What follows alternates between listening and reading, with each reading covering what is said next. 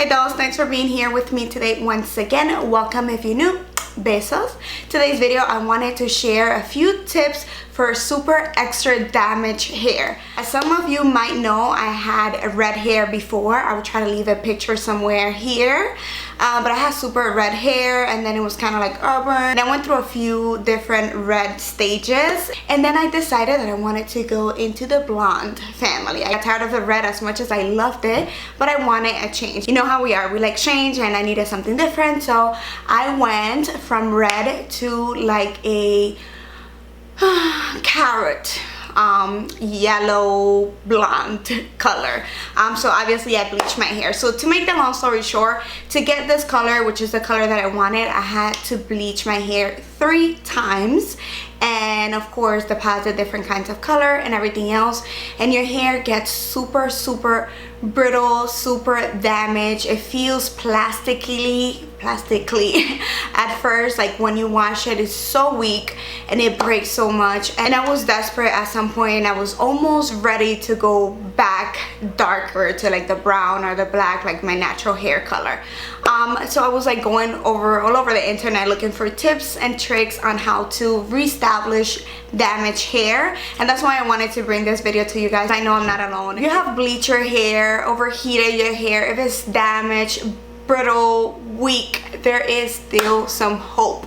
So today I'm just gonna bring you a few tips that I have done within the last couple of months that made my hair be healthy again. I'm not gonna lie, it's not as healthy as when I had my natural hair, because of course, you know, it's still color treated and I still apply a little bit of heat here and there, but it is much better. It doesn't feel weak anymore. When it's wet, it doesn't feel plastically. Like your hair literally goes like this, like a little rubber band, and it's like it has a lot of elasticity. Is that how you say it? I hope so. It is horrible at the beginning. Let me just stop mumbling so much and let me just go right into the tips of the things that I do to restore my hair and now to keep maintaining it and make sure that it's still healthy. If you're interested, then just keep watching. So the first tip is a super obvious one, but it's something that we must do, and we must do it consistently. We need to moisturize our hair. We need to return back the moisture so that it can go back to its natural shape.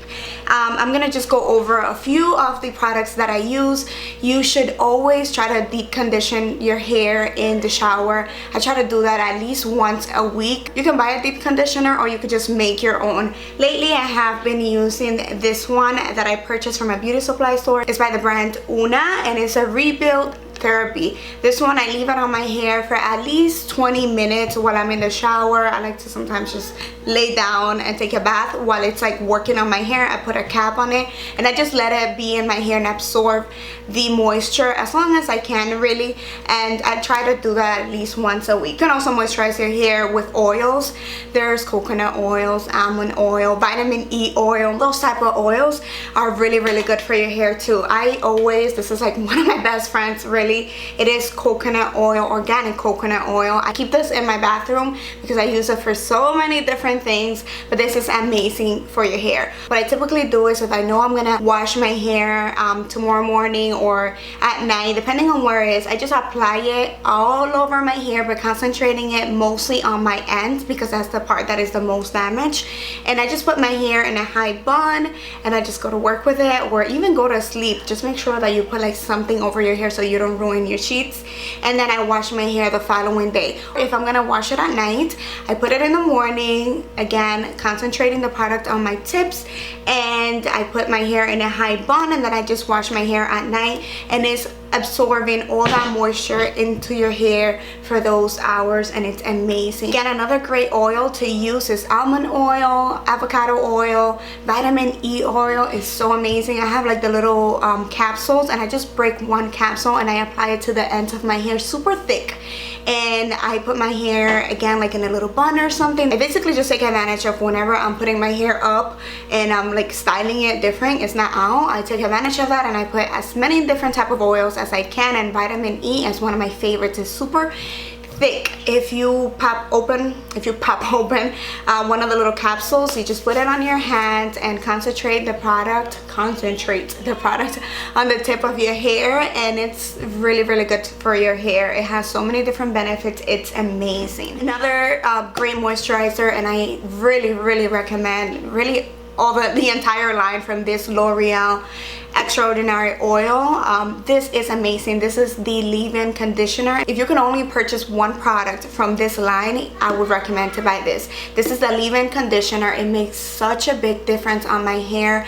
When I wash my hair, I apply this and then I let it air dry or style it as usual, and this makes my hair so soft. Like, you can really see that it's making a difference. It's giving you so much moisture. I definitely will be repurchasing this, and I really recommend it. After your hair is dried, what I have been using is the serum from that same line, and it's also amazing. I really use that, and the best part of it is like a little oil. I'm gonna put like a little cap here. I don't know if you guys can see it, but I just run it on my hands and I apply it especially to my tips. And what I love about it, it doesn't make my hair feel dirty or greasy or anything like that. It's just giving my hair some moisture back. I really, really like it. I can even apply some to my roots, and it doesn't make my hair feel greasy and dirty. It just gives it moisture and it gives it a little bit of shine. So I definitely recommend that. So just apply as many moisturizing products for your hair as you can. Can't speak today. Wherever. Also, don't forget that you can make your own deep conditioner.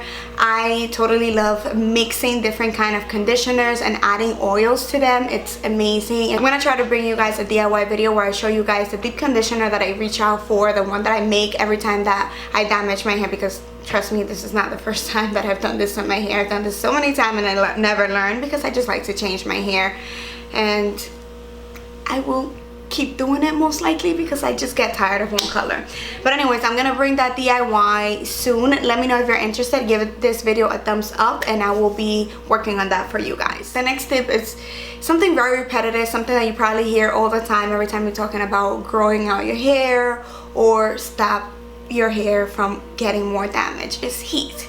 Heat is not good for our hair, and as much as I hate it, because I love to style my hair, as you can see, I always like to wear it curly, and that's like my main thing. Like, if I'm wearing it straight, I can avoid heat a little bit better because my hair is naturally straight, but I love my hair curly. So just try to avoid heat as much as you can. What I personally do is I just let my hair air dry when I wash it. Once it's dry, like completely air dry, then I style it how I want to style it. So if I'm going to wear it straight, I go over it with a little bit of the blow dryer. Before I used to go in with a flat iron, but I'm not using a flat iron as much because I think it's worse than the blow dryer. Drying my hair, I try to keep the heat away from my hair at least 2 inches, and then if I'm wearing it straight, I just put my hair on a doobie. I don't know if you guys know what that is, but just like wrap your hair around, and I sleep with a little net overnight, and my hair is super straight, and I don't even need to flat iron the next day or for days, really. And if I'm going to wear my hair curly, I do the same thing. I just let my hair dry naturally or air dried, and then I do need to use a curling wand or curling iron. But what I try to do is avoid my tips. Like, I just try to curl it and leave this part out, because typically the ends of our hair is the part of the hair that's the oldest and is the most damaged. So at least try that, and try not to use a curling iron every day. I typically sleep with my hair on a little bun to try to maintain the waves, but then if I lose the waves, then I just go to work with a little bun or something. Like, I try not to wear my hair out every single day so that I'm not so tempted to make it perfect, because that's the thing, you always want your hair to look really nice and perky and perfect. But just put your hair up, wear your hair up, be creative and wear different things so that you don't have to apply heat every single day. You can avoid wearing any heat to your hair, like completely avoid the heat for at least a month. I promise you, your hair is gonna thank you so much. But I can't, so I just try to, you know, do as best as I can. And of course, always use a heat protectant. Another way to avoid heat to your hair is doing rolls. As Dominicans, we call it rolos, and they're super popular on Dominican hair salons. But it's a form of heat to your hair, but it's not going so like concentrated directly into each strand of your hair, so it's a little bit better. So you can do that also if you really need to apply heat to your hair to make it straight. The next tip we all hear also all the time, but it's true. I promise you it's true. We need to cut our hair at the ends. You need to cut it. Bad hair, split ends, they need to go bye-bye. So what I typically do, of course, I get my hair trimmed like at least every 30 days, sometimes every 60 days. But what I do in the meantime, like whenever I'm bored, I just take my hair like that and I start looking at the ends of my hair, and then if I see any split ends, I just cut them. I just go like that, and you're not cutting your hair in any particular way, but you just try to get rid of any fried or split end hair that you might have. Right now I don't have many, honestly, because I have been getting rid of them. Like every time I'm bored, I just do the same. Just get little scissors. It can be like this, or maybe the ones for the eyebrows, and just cut the bad hair. Because that hair, like once it's open and once it's like super like tangly or something like that, it's no good. You have to get rid of it. My next tip is not to overwash your hair. I know for some people this is almost impossible to do. Some people are just so used to washing their hair every single day. But if you can, if you really can, just wash your hair once a week. That's what I do now. I used to wash my hair 2 times per week. Now I'm just washing my hair once a week. I don't care. Even if I go to the gym, I wash my hair once a week. What I do in between the week is I just use dry shampoo and I put my hair up so it doesn't bother me. Like I put my hair on a little bun, usually about the 2nd or 3rd day after being washed.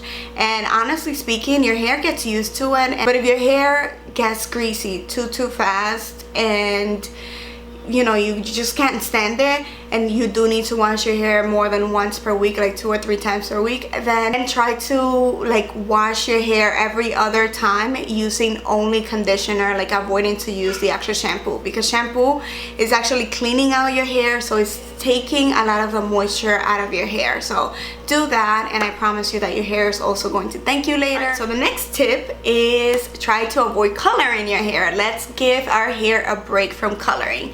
I know it's difficult. Sometimes you're gonna see your roots and they might bother you. In my case, they don't bother me because I do want to grow out my hair kind of like a little ombre, so it doesn't bother me. But definitely try to avoid coloring your hair for at least 2 months, I want to say, just to give your hair a little bit of break, give it time to go back to its natural shape.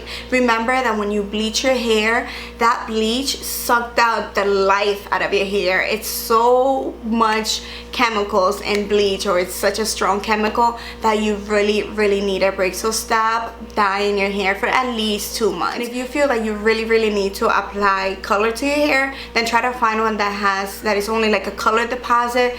Sally has a few, and I think there are some brands at the drugstore that might have just deposit only colors, because those are only going to deposit color. They're not going to strip out the color of your hair. So we'll go for those if you really must color your hair. So lastly, you know that when we wash our hair, and especially like right after bleaching it, it's super brittle, especially when you wash it. So when you wash your hair and it's wet, you have to be extra careful with your hair. A lot of people say not to comb it and just wait for it to be completely dry before you comb it, but I don't necessarily agree with that. I just feel that it's going to be a little bit harder to take out the knots, if you know what I mean.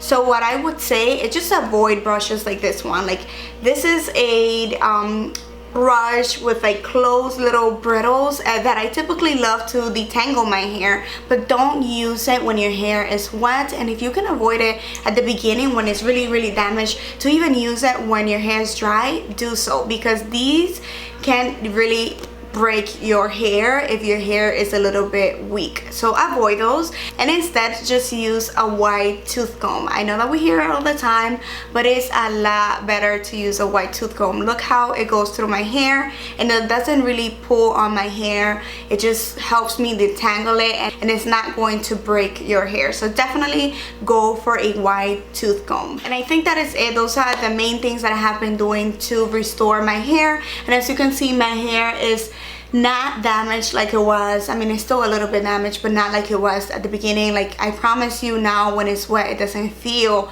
the way that I used to feel at the beginning. So those are my tips. I really hope that they helped you.